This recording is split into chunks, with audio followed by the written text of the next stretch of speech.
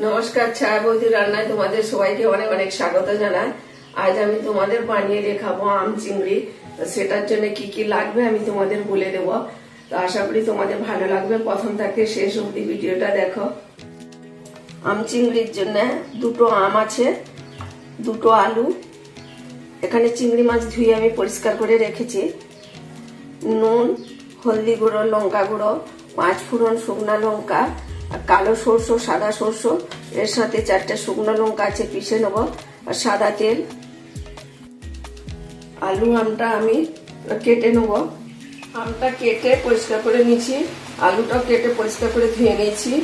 তো এইবার আমি মশলাটা পিষে নেব। তো গরমের সময় তো কাঁচা আম, তো আম আর চিংড়ি মাছ ঝোলটা খুব খেতে সুন্দর লাগে। ওটা গরম হয়ে গেছে, এই রান্নাটা সাদা তেলেই করব।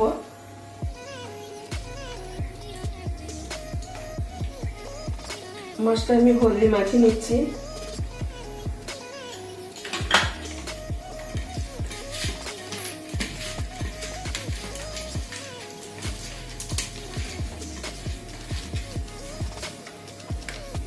এটা গরম হয়ে গেছে, আমি এবার মাছগুলো ভেজে নেব।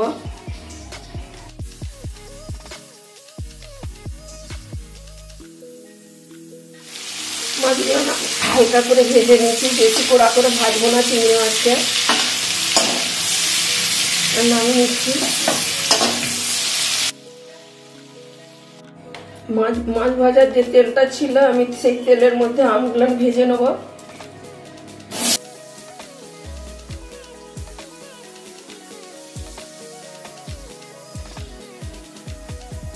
আমটা ভাজা হয়ে গেছে, আমি এবার তুলে নেব।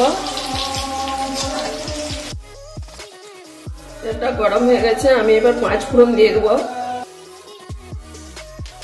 3টে শুকনো লঙ্কা দিয়ে দিলাম। এই ফোড়নের মধ্যে আলুটা ভালো করে ভেজে নেব।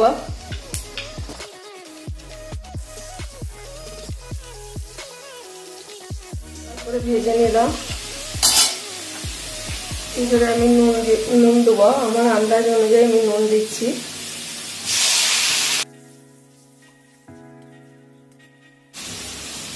হাফ চামচ আমি হলদি দিলাম। কাশ্মীরি লঙ্কা গুঁড়ো 1 চামচ আছে।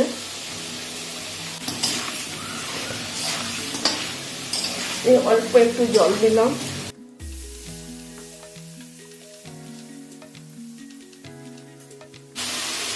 যে মশলাটা আমি কালো সরষে, সাদা সরষে, শুকনা লঙ্কা পিষে রেখেছিলাম সেইটা আমি এবার দিয়ে দিলাম।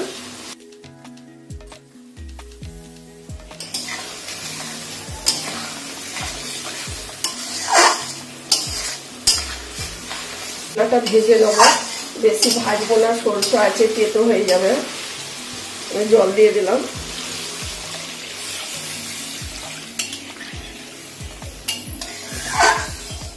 কিছুক্ষণের জন্য আমি ঢাকা দিয়ে দিলাম, আলুটা সিদ্ধ হবে।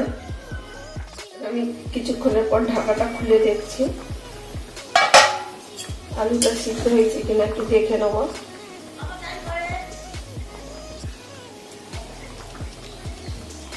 হাফ সিদ্ধ হয়ে গেছে, এবার আমগুলো দিয়ে দেবো।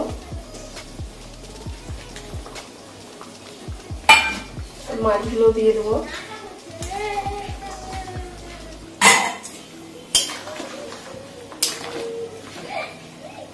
আবার কিছুক্ষণের জন্য আমি ঢাকা দিয়ে দিলাম। আমি আবার ঢাকনাটা খুলে দেখছি।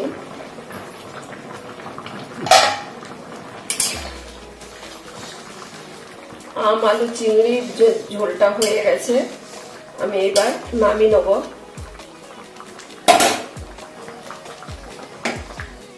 আম চিংড়ি মাছের টক ঝালটা হয়ে গেছে।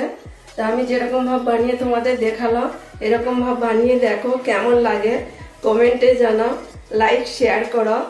যারা এখনো অবধি চ্যানেলটিকে সাবস্ক্রাইব করো না তারা অবশ্যই সাবস্ক্রাইব করো।